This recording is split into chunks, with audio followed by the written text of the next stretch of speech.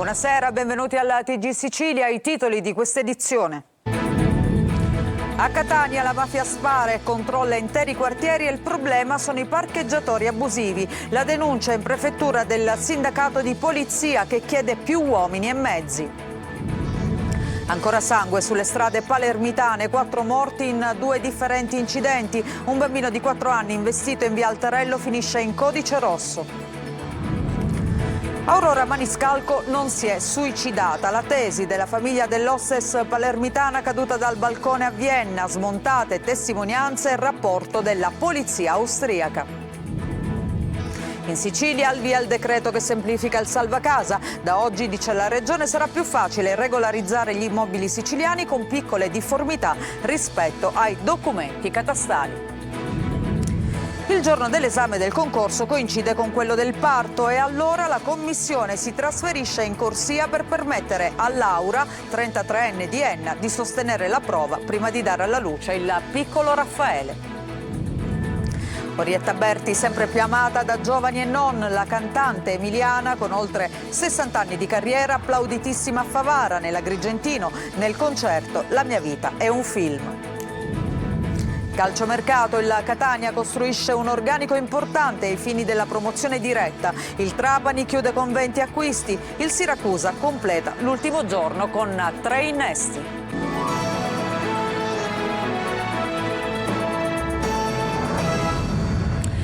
A Catania la mafia spara e controlla interi quartieri e il problema invece sono i parcheggiatori abusivi. Dura protesta della SIAP, sindacato di polizia, oggi in prefettura. Mancano mezzi e uomini. Lamentano anche un ulteriore incremento per un efficace controllo del territorio. Luca Ciliberti. Sparatorie quasi quotidiane, un omicidio che scuote la città, bande criminali che seminano paura e mentre i cittadini chiedono più sicurezza, le forze dell'ordine sono lasciate senza risorse. La prevalenza delle clan mafiosi sul controllo delle piazze di spaccio o della distribuzione del racket delle estorsioni è evidente. Non è che stiamo raccontando barzellette, questa è insicurezza. Poi il posteggiatore abusivo vedremo, metteremo un vigile urbano come deterrente. Secondo il SIAP, sindacato di polizia, che oggi è stato ricevuto in prefettura, mancano oltre 500 poliziotti in provincia di Catania e un piano di controllo del territorio aggiornato. Gli agenti sono costretti a turni massacranti e ad operare con mezzi vecchi e dotazioni insufficienti. Però il problema maggiore è il piano di coordinamento del territorio. Abbiamo un piano di coordinamento che nasce nel 2008, quando le forze di polizia e carabinieri erano sufficienti per poterlo eseguire. Oggi non lo sono più. Oggi abbiamo su 2 spicchi di città 4 volanti, su uno spicchio di città rimanente 3 gazzelle dei carabinieri. Capite bene che se un cittadino telefona e le volanti sono impegnate a posti di controllo, a controlli esercizi commerciali oppure alla caccia ai posteggiatori abusivi, che forse è l'unico problema che ha questa città evidentemente, il cittadino deve aspettare. Intanto si attende l'udienza di convalida del fermo di Abtom Mailu. Nel quartiere qualcuno lo chiamava Thomas. L'etiope, parcheggiatore abusivo, ha confessato l'omicidio di Alessandro Innurre, ma ha dichiarato di aver agito per legittima difesa. Nelle prossime ore si svolgerà l'autopsia sul corpo della vittima disposta dalla procura. Nei prossimi giorni invece si riunirà a Catania anche la Commissione Nazionale Antimafia proprio per tenere accesi i riflettori sul tema della sicurezza in città. Ancora sangue sulle strade palermitane, 4 morti in un solo giorno in 2 differenti incidenti, il primo nella notte in Viale Regione Siciliana e il secondo invece nella tarda mattinata nei pressi di Lercara Friddi. E poi nel pomeriggio un bambino di 4 anni è stato investito in via Altarello ed è andato in ospedale in codice rosso. Marco Gulla. 4 morti in un solo giorno, 4 vite spezzate in 2 incidenti differenti nelle strade palermitane e poi un bambino di 4 anni investito in via Altarello a Palermo, in codice rosso, all'ospedale di Cristina. Una giornata drammatica nelle strade del capoluogo e in provincia. Nella tarda mattinata nella statale 189 in direzione di Lercara Friddi un violentissimo scontro tra una BMW e una Peugeot. Morti padre e figlio, rispettivamente di 69 e 39 anni, Gaetano e Tommaso Catalano. L'altro L'altro automobilista, 58 anni, originario di Musomeli, è invece rimasto illeso. L'altro mortale nella notte a Palermo, nel sottopasso di Via Belgio, in Viale Regione Siciliana. Un incidente autonomo che ha spezzato le vite di due ragazzi, Antonio Mazzola, che proprio ieri aveva compiuto 27 anni, e Domenico Schiavo, di 24 anni, entrambi di Palermo. Una moto di grossa cilindrata, una Kawasaki, in circostanze ancora da chiarire, sarebbe finita sull'asfalto in maniera autonoma e non scontrandosi con un'auto. Un impatto violentissimo per i due. Non c'è stato nulla da fare. Non è escluso che l'incidente sia stato causato dall'alta velocità. Antonio lavorava nella ristorazione come sommelier professionista in un noto ristorante del centro storico. Aveva festeggiato proprio ieri il suo compleanno, una vita davanti finita sull'asfalto di Viale Regione Siciliana. E poi Domenico, giovane di 24 anni, lavorava in un'agenzia di scommesse allo Sperone. Erano amici, sono morti insieme in una maledetta notte di fine estate. Nel pomeriggio invece un bambino di 4 anni è stato investito all'altezza di Via Altarello da una Ford Ka guidata da una donna di 38 anni. L'automobilista l'ha soccorso e insieme alla madre del bambino l'ha trasportato all'ospedale di Cristina con la propria auto. Il piccolo è in codice rosso e sotto stretta osservazione. A Messina e Catania i carabinieri sequestrano armi e droga nascosta pure nei bidoni dove si conservano i capperi. Francesco Triola. Armi e droga all'interno di un garage di via Antonio Cagnoni è la scoperta che i carabinieri del nucleo operativo della compagnia di Piazza Dante hanno fatto seguendo gli indizi che portavano ad un 62enne di Catania già noto alle forze dell'ordine e arrestato per detenzione illegale di arma da fuoco clandestina e sostanze stupefacenti. L'indagine, all'interno di un ampio controllo del territorio per rintracciare armi clandestine, ed i militari avevano maturato dei sospetti pesanti sull'uomo, così lo hanno pedinato sino al garage, che era un vero e proprio deposito per lo stoccaggio e il confezionamento delle dosi di droga.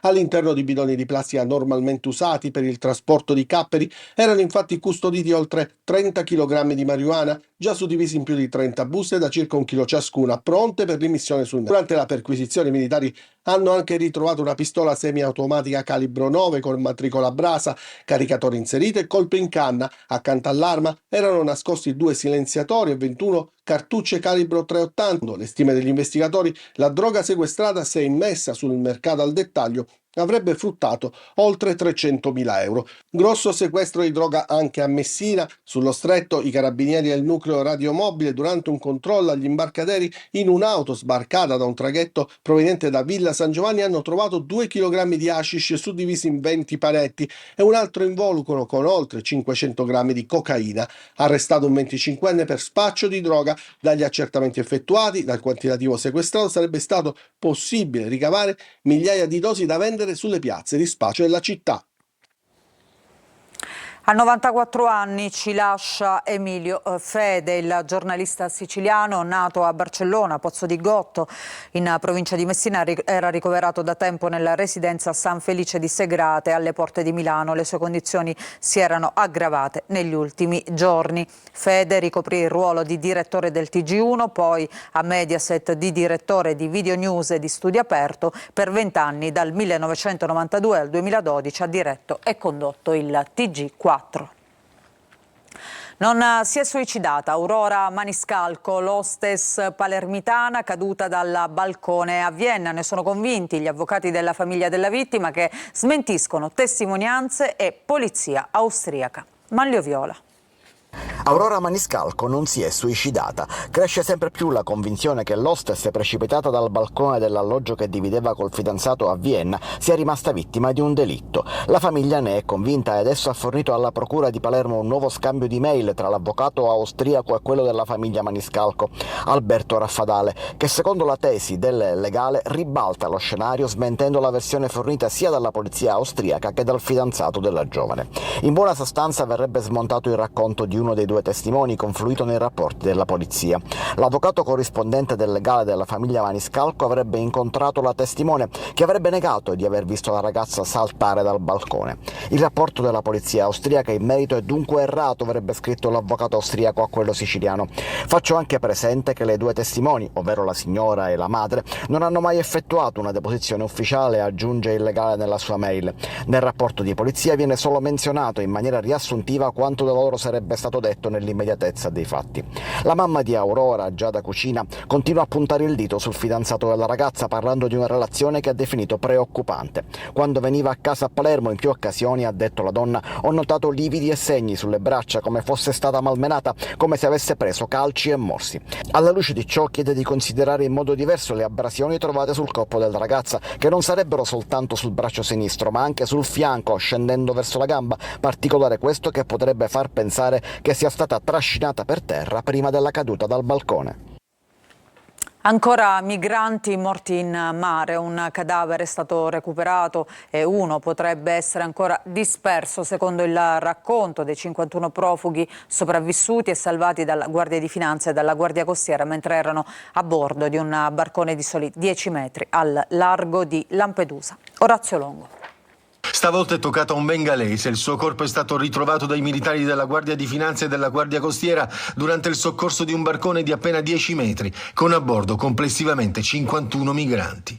L'ennesima vittima del mare, della speranza, della disperazione, nel tentativo di fuggire da paesi in guerra e da situazioni dove i diritti sono spesso completamente calpestati.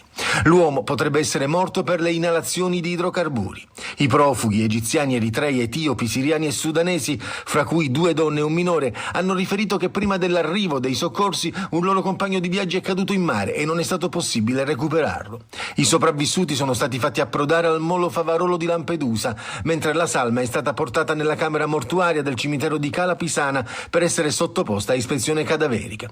E mentre si accumulano gli scafi recuperati dalle forze di soccorso, si riempie di nuovo l'hotspot in attesa dei trasferimenti verso la Sicilia, che sono già cominciati, e si rinnova l'appello delle ONG a non rimandare indietro i migranti, soprattutto a non rimandarli nei lager libici, dove molti di loro hanno già subito violenze di ogni tipo. Cambiamo argomento. Da oggi sarà più facile regolarizzare gli immobili siciliani con piccole difformità rispetto ai documenti catastali. La Regione infatti ha emanato un decreto che semplifica le procedure della cosiddetta norma salva casa. Sentiamo. Regolarizzare i piccoli abusi o le piccole incongruenze edilizie in Sicilia adesso sarà molto più semplice. È stato emanato oggi dall'assessorato regionale alle infrastrutture il decreto che chiarisce e semplifica una serie di passaggi burocratici per l'applicazione della cosiddetta norma salva casa, varata dal governo nazionale e recepita in Sicilia nel novembre del 2024. La normativa nazionale inserisce infatti una serie di pratiche da svolgere presso il Genio Civile per le abitazioni che sorgono in zona sismica, e la Sicilia è ricca di zone classificate in questo modo. Lavorando insieme agli ordini professionali, ora la Regione ha individuato procedure semplificate che permettono di superare alcuni passaggi burocratici. Con il nuovo decreto regionale le difformità molto piccole da sanare, quelle cioè al di sotto del 2% della superficie dell'intero immobile, potranno essere regolarizzate senza fare nulla, mentre per quelle che vanno dal 2 al 5% della superficie dell'immobile basterà depositare un semplice certificato al Genio Civile. Inoltre non sarà sempre necessaria la richiesta di autorizzazione sismica e si proseguirà facendo riferimento agli adempimenti e alla documentazione tecnica già esistenti per l'intero immobile. 12 sindaci del comprensorio di Ribera chiedono con urgenza la terza irrigazione di soccorso. L'obiettivo è quello di salvare arance, pesche e produzioni d'eccellenza messe a rischio da caldo e siccità. Davide Sardo. Agricoltura a rischio nel comprensorio di Ribera. I sindaci di 12 comuni lanciano l'allarme e chiedono con urgenza la terza irrigazione di soccorso per salvare arance, pesche e le altre produzioni di qualità del territorio. La richiesta è stata formalizzata dai primi cittadini di Ribera: Alessandria della Rocca, Bivona, Burgio, Caltabellotta, Calamonaci, Cattolica Eraclea, Cianciana, Montallegro, Lucca Sicula, Santo Stefano Quisquina e Villafranca Sicula, che si sono rivolti al presidente della regione siciliana Renato Schifani e alla cabina di regia per l'emergenza idrica in agricoltura. Nelle scorse settimane erano state concesse 2 irrigazioni grazie alle acque degli invasi Castello e Raia di Prizzi. Un sollievo temporaneo che però non basta. Temperature elevate e assenza di piogge stanno mettendo in ginocchio le colture. Da qui la richiesta di attingere anche dall'invaso Leone e dalla diga Gammauta per garantire nuova acqua alle campagne. Un intervento indispensabile, avvertono i sindaci, per scongiurare il collasso economico di un comparto agricolo che rappresenta l'identità e la ricchezza di questo territorio. E adesso vi raccontiamo questa bella storia che è accaduta a Catania. Il giorno dell'esame del concorso coincideva con quello del parto e allora i professori della commissione si sono trasferiti in corsia per permettere a Laura, questo è il nome della neomamma, di sostenere la prova e naturalmente poi di dare alla luce il suo piccolo Raffaele. Desiree Ferlito. Un turbinio di emozioni, a parte insomma la nascita di mio figlio, che è stato un parto abbastanza complicato. Poi riuscire a fare l'esame è stato, non me l'aspettavo, ecco. Doppio esame per Laura, il primo per la sua professione, il secondo forse il più importante della sua vita. La 33enne avrebbe dovuto sostenere la prova concorsuale per l'accesso al corso di specializzazione per insegnanti di sostegno, lo stesso giorno in cui era previsto il suo parto. Non avrei mai potuto recarmi a fare la prova, ecco, direttamente lì all'università. Per cui tra un dolore e l'altro e insomma un pianto e l'altro avevo rinunciato.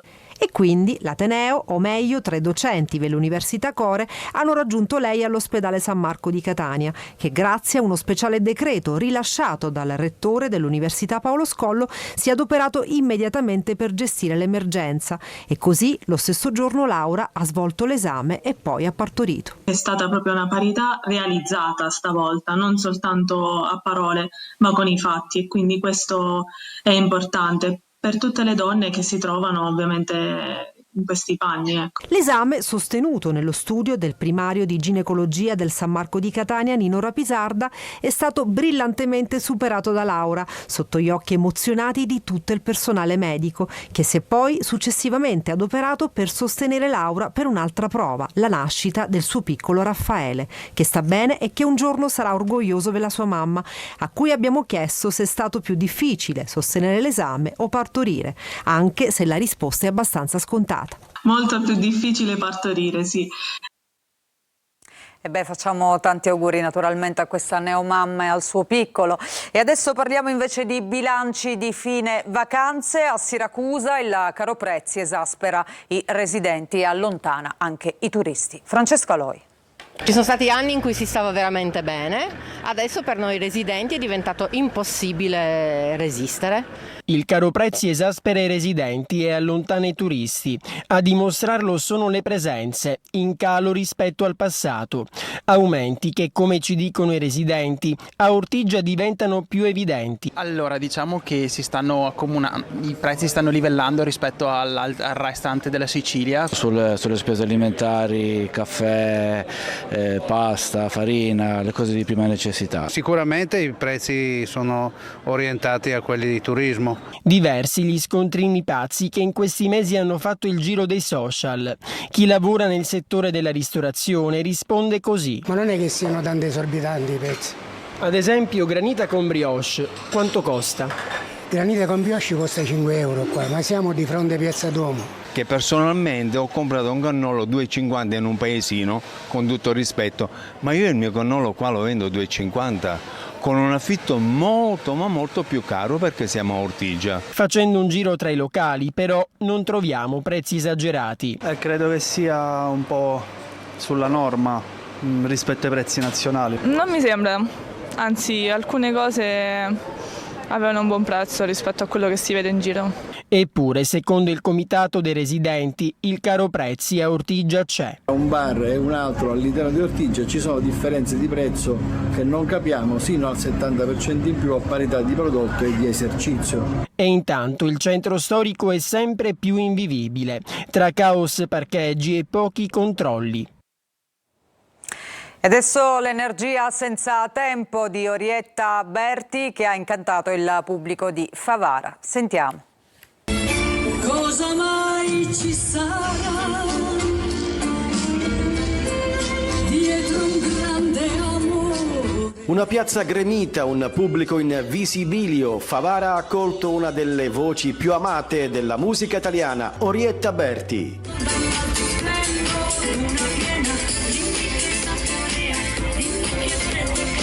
In occasione dei festeggiamenti di San Giuseppe 2025, la Chansonnette di Cavriago ha regalato ai presenti una serata indimenticabile. Piazza Cavour piena in ogni angolo, un vero sold out, con spettatori di tutte le età che hanno intonato insieme a lei i grandi successi di una carriera lunga oltre 60 anni. Dal repertorio degli anni 60 e 70 fino alle recenti collaborazioni con Fedez e Rovazzi, un viaggio musicale tra nostalgia e attualità.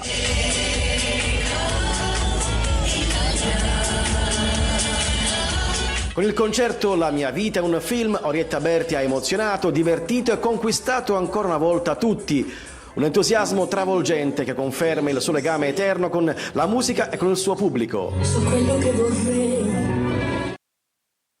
Facciamo una pausa, ritorniamo tra poco con il calcio, facciamo il punto del mercato delle siciliane di Serie B e C. A tra poco.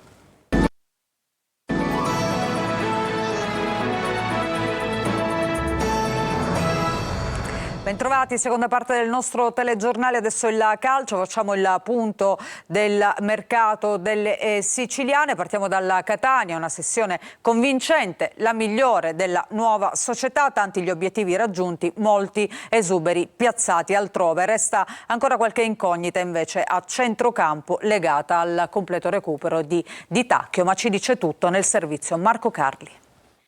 Il mercato del Catania all'insegna della chiarezza di intenti, quella che non si era vista in altre sessioni del passato per svariati motivi e che è emersa nell'estate attuale, pressoché centrato ogni obiettivo, con giocatori che possono fare la differenza, di categoria, come si diceva un tempo, forse anche oltre. La ciliegina sulla torta poteva arrivare nel finale, ma la Juve Stabia si è tirata indietro per buglio e il giocatore poi è andato al Catanzaro. Ma è rimasto Quaini, jolly prezioso, così come resta il rossazzurro Allegretto. A centrocampo c'è la volontà di recupero definitivo di Tacchio, incognita di questo momento, l'unico in grado di rappresentare un'alternativa di ruolo in mezzo. Per il resto in difesa sono arrivati giocatori anche giovani come Pieraccini, sugli esterni Donnarumma e Casasola rappresentano un upgrade rispetto alla stagione scorsa e lo si è visto già nelle prime partite. In attacco Caturano è il bomber che si inseguiva e forte ha fatto capire che Catania può essere la piazza giusta per vederlo nuovamente ai suoi livelli. Inoltre sono stati piazzati molti degli esuberi, restano fuori solo De Rose e Luperini in questa lista dei 23 che esce così dopo il mercato. Nell'ultimo giorno perfezionate le cessioni di Chiarella e Frisenna in prestito rispettivamente alla Recanatese e al Siracusa e di Silvestri a titolo definitivo alla Triestina, oltre alla risoluzione consensuale con Peralta. Sempre nell'ultimo giorno l'ufficializzazione di Leonardi, 5 anni di contratto, il primo lo trascorrerà in prestito alla Ternana, un ragazzo catanese su cui il club confida tanto per il futuro. Adesso incomincia l'altro lavoro di gestione, di attenzione ai minimi dettagli per arrivare all'obiettivo che tutti i tifosi vogliono. Il mercato delle altre siciliane di Serie C si è concluso con un acquisto per il Trapani e 3 invece per il Siracusa. Sergio Colosi. La goleata con Latina e la rinnovata fiducia su gruppo e tecnico hanno limitato ad una sola operazione l'ultimo giorno di mercato del Trapani, l'arrivo del difensore Andrej Motok, 23 anni, dalla Virtus Entella. Cresciuto nella Salernitana, Motok ha una discreta esperienza in Italia, con Carpi, Siena e Legnago. Niente attaccante o trequartista come sembrava, in organico c'è già tanta qualità ed esperienza. Tocca ad Aronica valorizzare il materiale tecnico a disposizione con una fase offensiva brillante come avvenuto sabato scorso. Con 20 acquisti Trapani rivoluzionato, confermati in 7, Uicai, Benedetti, Sabatino, Sciotti, Segberg, Carriero e Ciuferri, ma qualcuno andrà via. Chiusura di mercato con 3 arrivi per il Siracusa, per il centrocampo Giulio Frisenna dal Catania, il terzino Damiano Cancellieri dall'Avellino e il ritorno del portiere svincolato Silla. Cancellieri, 24 anni, ha concluso la scorsa Serie C con la Triestina, in passato Perugia e Monterosi. La costruzione differita della squadra ed errori di inesperienza sono state le principali cause delle sconfitte contro Salernitana e Monopoli. 0 punti in classifica, ma anche la convinzione che oggi Turati dispone di un organico competitivo per la salvezza. Facciamo un'altra breve pausa, tra poco gli ultimi aggiornamenti.